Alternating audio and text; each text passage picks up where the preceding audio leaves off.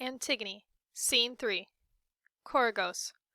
But here is Haman, king, the last of all your sons. Is it grief for Antigone that brings him here, and bitterness at being robbed of his bride? Enter Haman. Creon.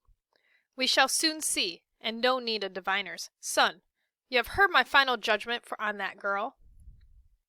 Have you come here hating me, or have you come with deference and with love, whatever I do? Haman. I am your son, father. You are my guide. You make things clear for me, and I obey you. No marriage means more to me than your continuing wisdom. Creon. Good. That is the way to behave. Subordinate everything else, my son, to your father's will. This is what a man prays for, that he may get sons attentive and dutiful in his house, each one hating his father's enemies, honoring his father's friends. But if his sons fail him, if they turn out unprofitably, what has he fathered but trouble for himself, and amusement for the malicious? So you are right, not to lose your head over this woman. Your pleasure with her would soon grow cold, Haman. Let her find her husband in hell. Of all the men in this city, only she has contempt for my law and broken it. Do you want me to show myself weak before the people, or to break my own sworn word? No, and I will not. The woman dies. I suppose she'll plead family ties. Well, let her. If I permit my own family to rebel, how shall I earn the world's obedience? Show me the man who keeps his house in hand. He's fit for public authority. I'll have no dealings with lawbreakers, critics of the government. Whoever is chosen to govern should be obeyed, must be obeyed, in all things, great and small, just and unjust. Oh, Haman, the man who knows how to obey, that man only, knows how to give commands when the time comes. You can depend on him, no matter how fast the spears come. He's a good soldier. He'll stick it out. Anarchy. Anarchy. Show me a greater evil. This is why cities tumble and the great houses rain down. This is what scatters armies. No, no. Good lives are made so by discipline. We keep the laws then, and the lawmakers, and no woman shall seduce us. If we must lose, let's lose to a man at least. Is a woman stronger than we? Chorus. Unless time has rested my wits, what you say, king, is said with point and dignity. Haman, boyishly earnest. Father, reason is God's crowning of gift to man, and you are right to warn me against losing mine. I cannot say, I hope I shall never want to say, that you have reasoned badly. Yet there are other men who can reason too, and their opinions might be helpful. You are not in a position to know everything that people say or do, or what they feel. Your temper terrifies them, everyone. Will tell you only what you like to hear, but I, at any rate, can listen, and I have heard them muttering and whispering in the dark about this girl. They say no woman has ever so unreasonably died so shameful a death for a generous act. She covered her brother's body. Is this indecent? She kept him from dogs and vultures. Is this a crime? Death? She should have all the honor that we can give her. This is the way they talk out there in the city. You must believe me. Nothing is closer to me than your happiness. What could be closer? Must not any son value his father's fortune as his father does his? I beg you, do not be unchangeable. Do not believe that you alone can be right.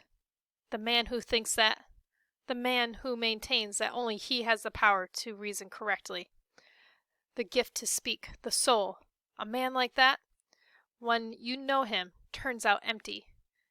It is not reason never to yield to reason. In flood time you can see how some trees bend, and because they bend, even their twigs are safe, while stubborn trees are torn up, roots and all. And the same thing happens in sailing. Make your sheet fast, never slacken, and over you go, head over heels and under. And there's your voyage. Forget you are angry. Let yourself be moved. I know I am young, but please let me say this. The ideal condition would be, I admit, that men should be right by instinct. But since we are all too likely to go astray, The reasonable thing is to learn from those who can teach. Chorgos. You will do well to listen to him, king. If what he says is sensible, and you, Haman, must listen to your father, both speak well. Creon. You consider it right for a man of my years and experience to go to school to a boy? Haman. It is not right if I am wrong. But if I am young and right, what does my age matter? Creon. You think it right to stand up for an anarchist? Haman. Not at all. I pay no respect to criminals. Creon. Then she is not a criminal? Haman. The city would deny it to a man. Creon. And the city proposes to teach me how to rule? Haman. Ah, who is it we're talking like a boy now? Creon. My voice is the one voice giving orders in this city. Haman. It is no city if it takes orders from the one voice. Creon. The state is the king. Haman. Yes, if the state is a desert. Creon. Pause. This boy, it seems, has sold out to a woman. Haman. If you are a woman, my concern is only for you. Creon. So, your concern. In a public brawl with your father. Haman. How about you? In a public brawl with justice. Creon. With justice, when all that I do is within my rights. Haman. You have no right to trample on God's right. Creon. Completely out of control. Fool! Adolescent fool! Taken in by a woman. Haman. You'll never see me taken in by anything vile. Creon. Every word you say is for her. Haman. Quietly, darkly. And for you, and for me, and for the gods under the earth. Creon. You'll never marry her while she lives. Haman. Then she must die, but her death will cause another. Creon. Another? Have you lost your senses? Is this an open threat? Haman. There is no threat in speaking to emptiness. Creon. I swear you'll regret this superior tone of yours. You are the empty one. Haman. If you were not my father, I'd say you are perverse. Creon. You girl-struck fool. Don't play at words with me. Haman. I am sorry. You prefer silence. Creon. Now, by God, I swear by all the gods in heaven above us, you'll watch it. I swear you shall. To the servants. Bring her out. Bring the woman out. Let her die before his eyes. Here, this instant, with her bridegroom beside her. Haman. Not here. No, she will not die here, king. And you will never see my face again. Go on raving as long as you've a friend to endure you. Exit Haman. Chorgos. Gone. Gone. Creon, a young man in a rage is dangerous.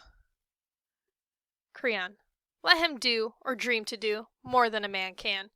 He shall not save these girls from death. Chorgos. These girls? You have sentenced them both? Creon. No, you are right. I will not kill the one whose hands are clean. Chorgos. But Antigone. Creon. Somberly. I will carry her far away out there in the wilderness, and lock her living in a vault of stone. She shall have food, as the custom is, to absolve the state of her death. And there let her pray to the gods of hell. They are her only gods. Perhaps they will show her an escape from death, or she may learn, through late, that piety shown in the dead is pity in vain. Exit Creon. Ode 3. Chorus. Love, unconquerable, waster of rich men, keeper of warm lights in an all-night vigil. In the soft face of a girl, sea wanderer, forest visitor, even the pure immortals cannot escape you, and the mortal man, in his one day's dusk, trembles before your glory. Surely you swerve upon ruin, the just man's consenting heart, as here you have made bright anger strike between father and son, and none has conquered but love, a girl's glance working the will of heaven, pleasure to her alone who mocks us. Merciless Aphrodite,